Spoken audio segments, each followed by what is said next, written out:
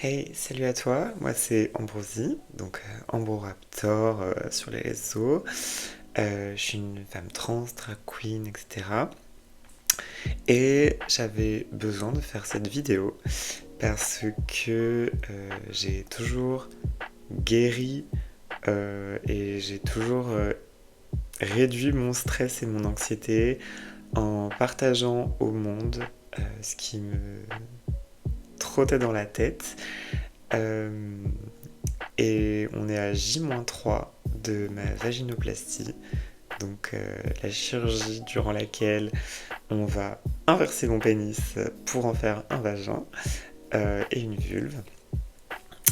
Et I'm getting scared as fuck. Et j'avais besoin de partager tout ce qui me passe par la tête de façon pas très montée, pas très forcément humoristique, en tout cas rien n'est scripté. Il y aura probablement, enfin, pas beaucoup de mèmes, contrairement à ce que j'essayais de prendre l'habitude de faire sur YouTube et sur les réseaux.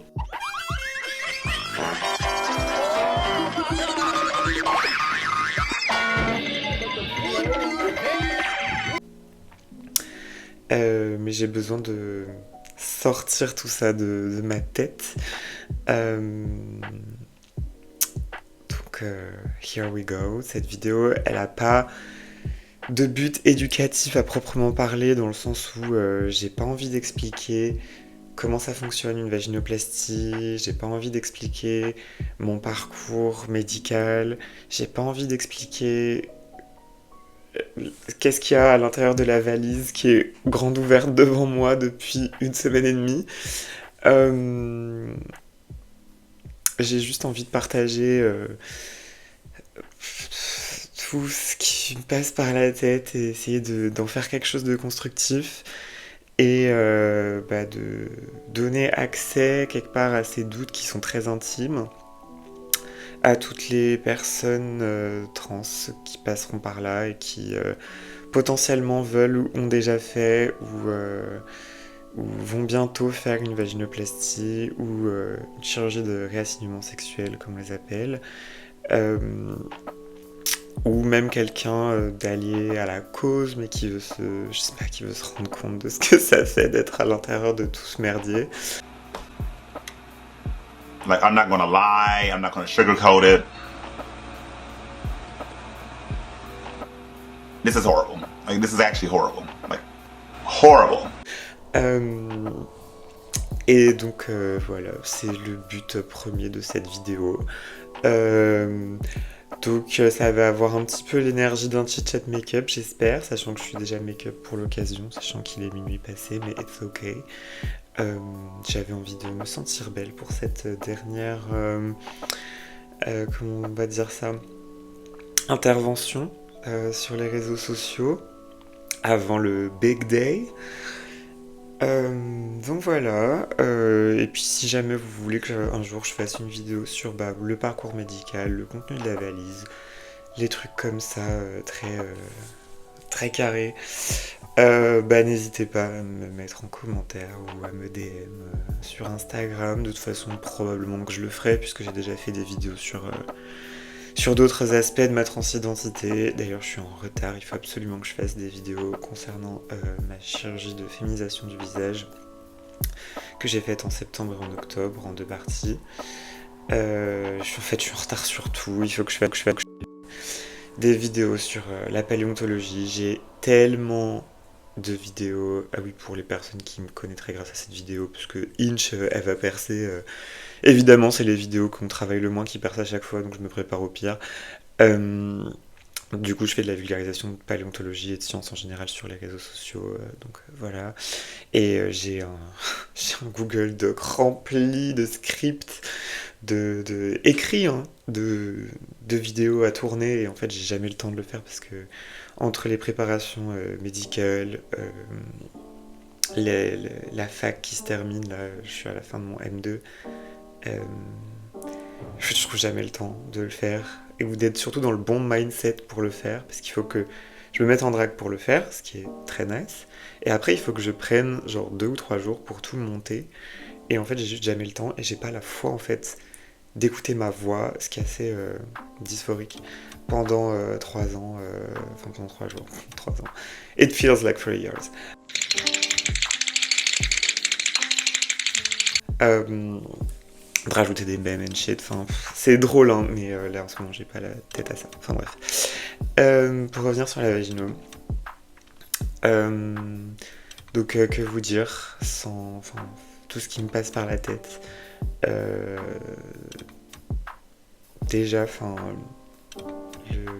le temps de préparation qu'il a fallu, il a fallu que je me mette dans la tête tout ce qu'il fallait faire was something. J'ai toujours eu une peur administrative insane et tout commander sur les sites pour recevoir tout ce qu'il faut avoir was so much, honnêtement, so stressful de tout recevoir à temps. Alors, en plus, je suis le genre de personne, enfin, TDAH and shit, et évidemment, je me suis prise au dernier moment. Thank God, là, j'ai tout reçu, donc c'est bon, mais j'ai toujours une voix dans ma tête qui me dit que j'ai oublié quelque chose, alors que j'ai la liste sous les yeux avec tout qui est bon. En plus, genre, tu vois, là, bah, c'est génial. Une vidéo de Lady, finalement, comme dirait Brenda dans Le cœur à ses raisons. Enfin bref, donc tout ça was so much. J'ai fait mon test urinaire là, il y a... C'était quand? C'était en fin de semaine dernière. Sachant que mon opération c'est vendredi. Et c'est bon, enfin j'ai reçu les résultats, j'ai le feu vert pour l'opération, j'ai pas eu d'infection ou quoi, mais même le test urinaire was something, enfin no shit, mais pee in a cup, et l'apporter à des gens, is something I've never done before and I never want to do again, genre, enfin... Après, c'est so fun, honnêtement. Parce que bon, bah, là-bas, ils sont habitués, enfin, on s'en fout. Mais le fait de le faire soi-même, enfin... Oh, Lord help me. Donc, à tout l'aspect préparation, où là, je suis vraiment dans les derniers jours et je vais prendre la Ritaline demain pour m'aider à ranger tout mon appartement. Pour ceux qui savent, je vis quand même dans un appartement où... J'ai beaucoup de chance parce que je vis dans un grand appartement.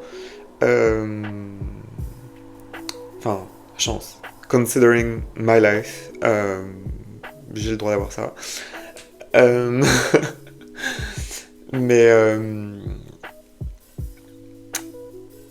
Mais ouais, enfin du coup juste c'est énormément arrangé. En plus, enfin vous savez, le drag à côté, genre the insane amount of shit that I have.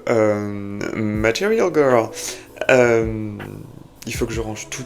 Il faut que En plus, j'ai vraiment envie d'être perfectionniste sur ça. Et je pense que la Ritaline va vraiment bien m'aider à tout peaufiner sur du fait de à la fois, laver tous mes pinceaux de drag parce que j'ai envie vraiment de partir sur une clean slate, mais c'est à chaque fois comme ça et j'y arrive jamais. Et c'est très énervant. Donc ça, on part sur une discussion sur le TDAH qui est complètement radicalement différente. Mais enfin, il y a plein de choses. Il faut que je fasse mes lessives, which is a lot. Genre, de prévoir des lessives.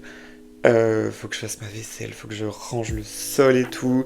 J'ai des draps à laver aussi. Enfin, les draps sont lavés pour toutes les personnes qui vont m'aider dans le post-op. Thank God, je suis accompagnée par tellement de gens. Et I'm so happy about that. Genre, franchement, à quel point le fait d'être entouré dans ce moment m'aide à relativiser les choses, m'aide à avoir des gens à qui parler. Et j'ai vraiment l'impression que...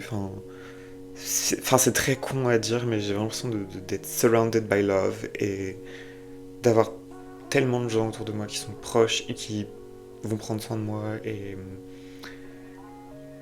genre vraiment le sentiment de communauté, parce que toutes ces personnes-là sont pas des femmes trans, mais énormément de femmes trans dans le lot. Et le sentiment de communauté que j'ai par le fait d'avoir construit ces familles choisies, d'avoir inclus ces personnes dans ma famille choisie. Ça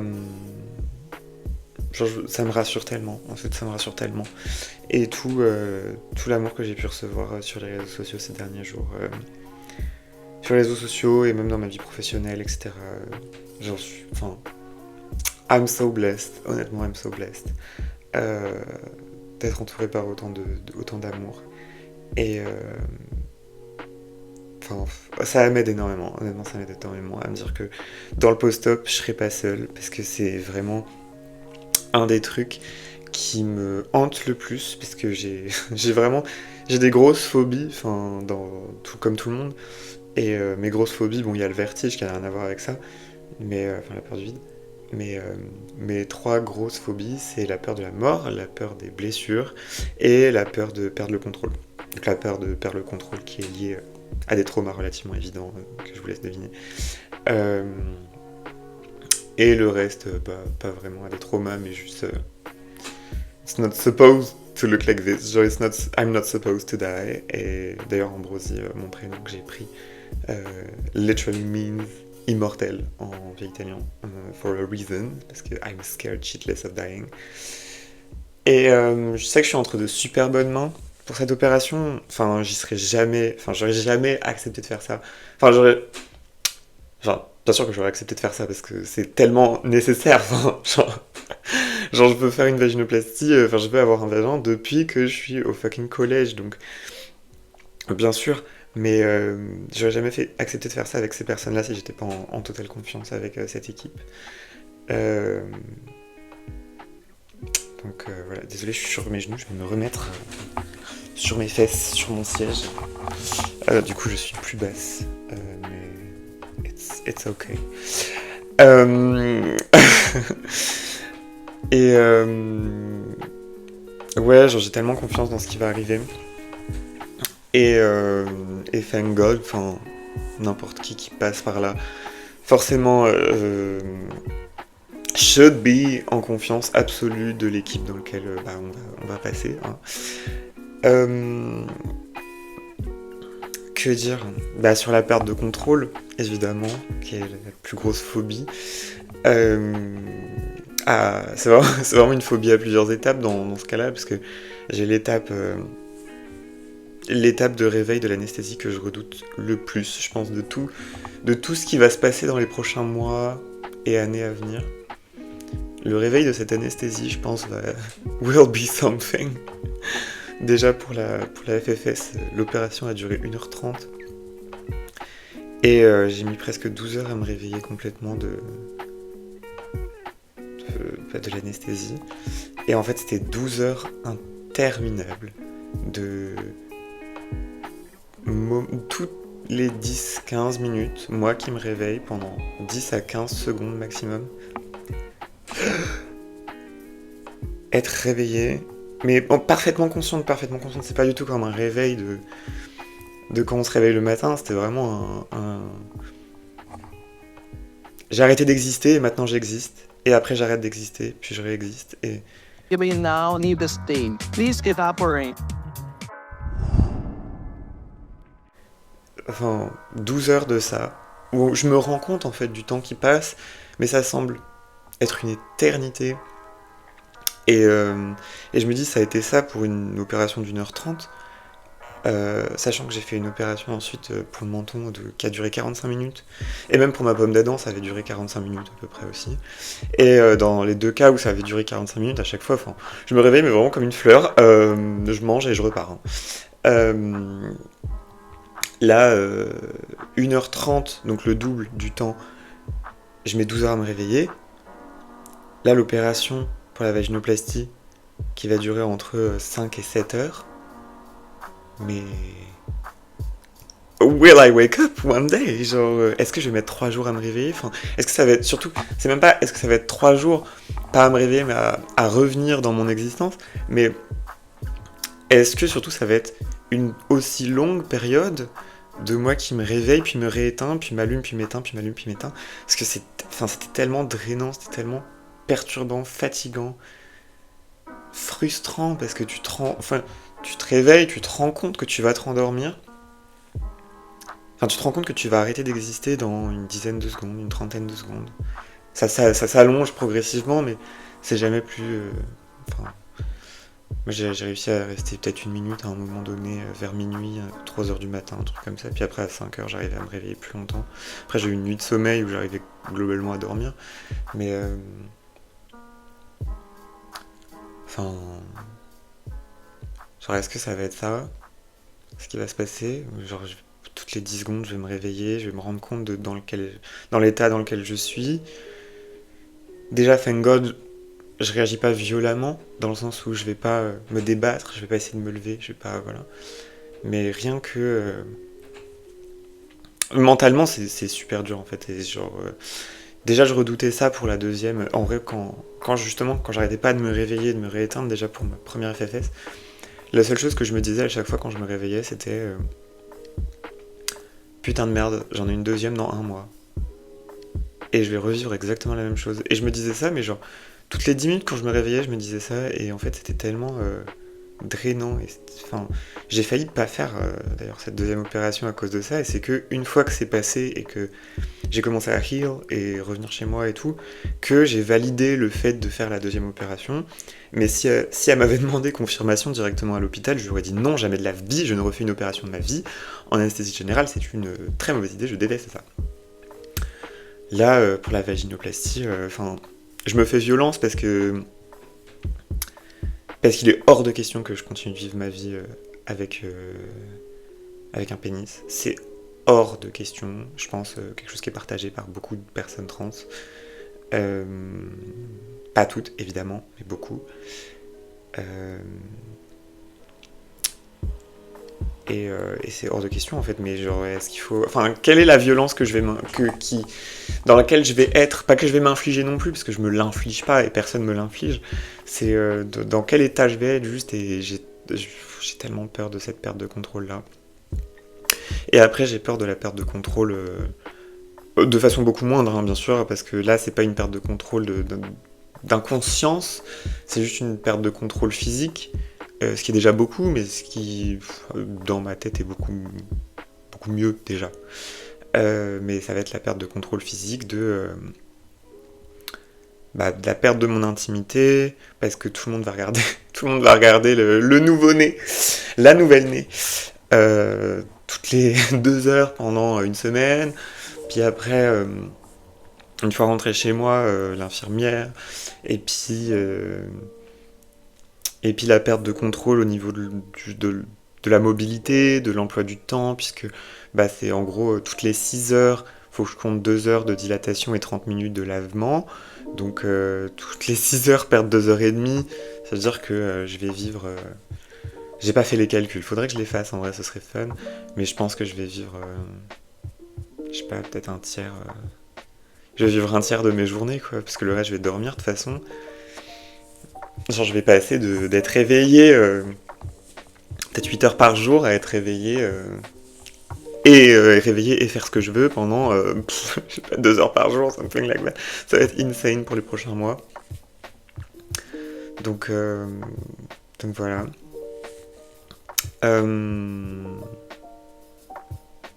Ouais, donc cette perte de contrôle là aussi, elle fait un peu peur, de façon moindre, parce que aussi, je suis très bien entouré, et c'est ce qui fait que j'ai pas trop peur, c'est que je me dis, j'ai mon copain, j'ai ma mère, j'ai mes filles, j'ai plein d'amis qui pourront passer périodiquement ou pendant plusieurs temps, j'ai une chambre d'amis, donc je peux me permettre d'avoir quelqu'un qui reste chez moi pendant plusieurs jours. Si je me sens pas de dormir avec mon copain, il peut dormir dans la chambre, il y a aucune...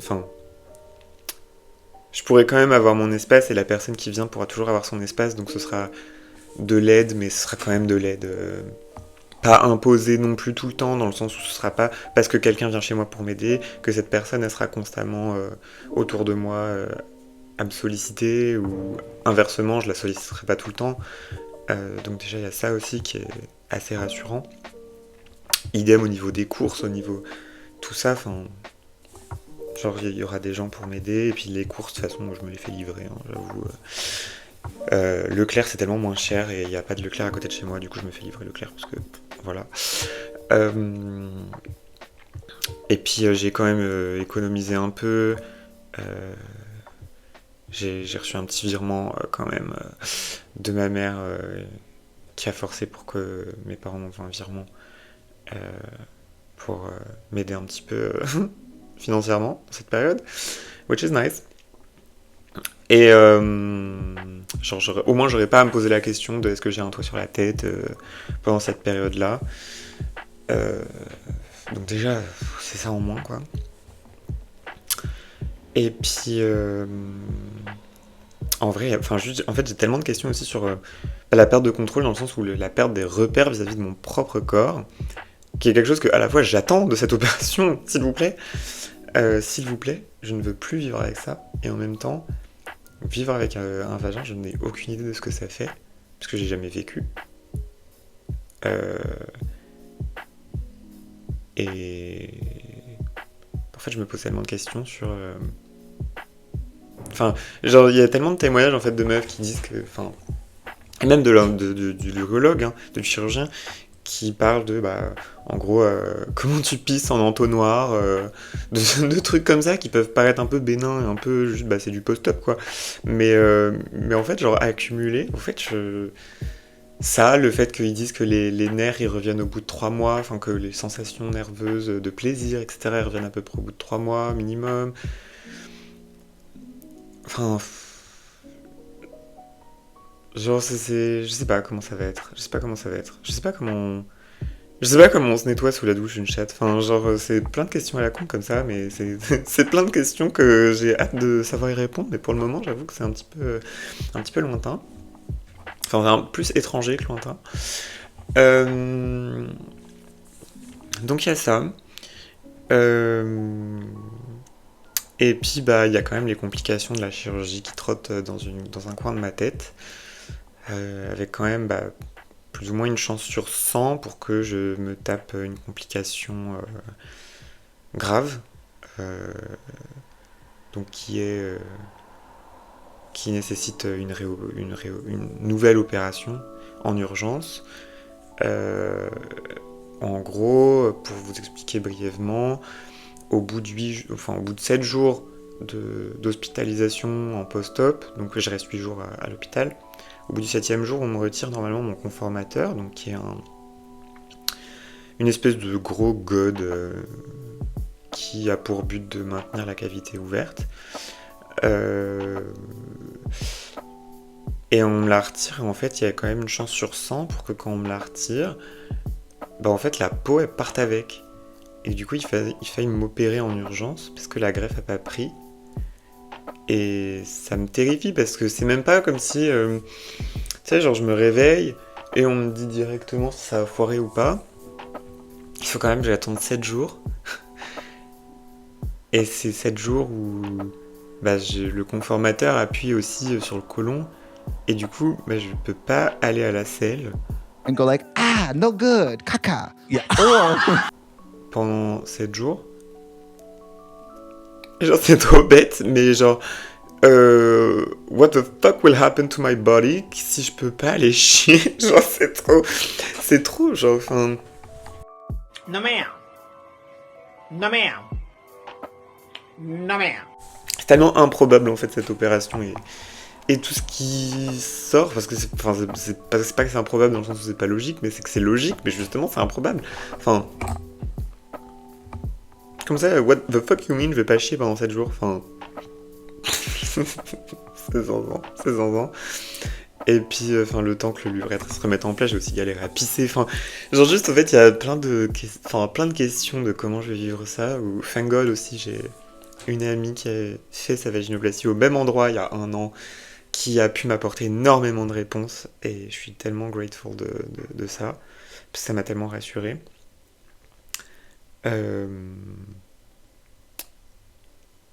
Mais le vivre, ça va forcément être très différent, et c'est une espèce de montagne d'inconnus qui se rapproche très très vite. Et en fait, je me rends compte là maintenant que j'ai pas tellement vu le temps passer. À la fois ça c'est allé très lentement, et à la fois très vite le temps sur liste d'attente, parce que j'ai passé quand même 3 ans à peu près à chercher un rendez-vous pour cette vaginoplastie. Et ouais, 3 ans, et en fait ça arrivait assez vite au final. Et c'est un grand soulagement, et en même temps bah maintenant j'ai plus à me soucier de quand est-ce que ça va arriver, j'ai à me soucier de tout ce que j'ai dit depuis les je sais pas combien de temps on est de vidéos. Euh, Et puis le déni sort aussi petit à petit parce que j'ai quand même eu un déni quand même. Enfin j'ai toujours été assez enfin ok à l'idée des chirurgies et tout, enfin pour la FFS et tout, j'ai eu aucun stress particulier. Là je stresse sa mère, là je suis scared shitless, shitless, literally, moi pendant 7 jours.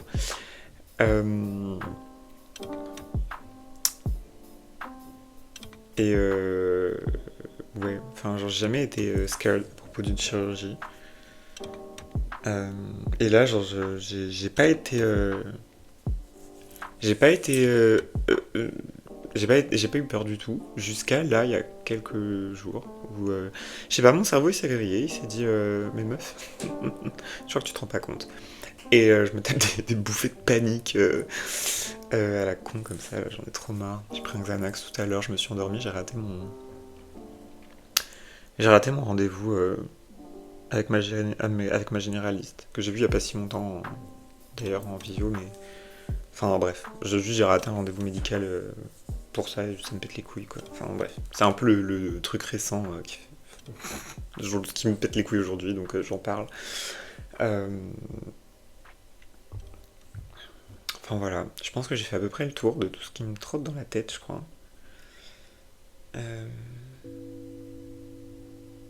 Non, voilà, je pense que j'ai fait à peu près le tour. Donc je vais arrêter la vidéo là. Et puis bah je pense pas refaire d'autres vidéos d'ici. J'ai ma voix qui a pété pour aucune raison. C'est génial. Et puis comme j'ai dit que j'allais pas faire de montage, vous allez tout garder.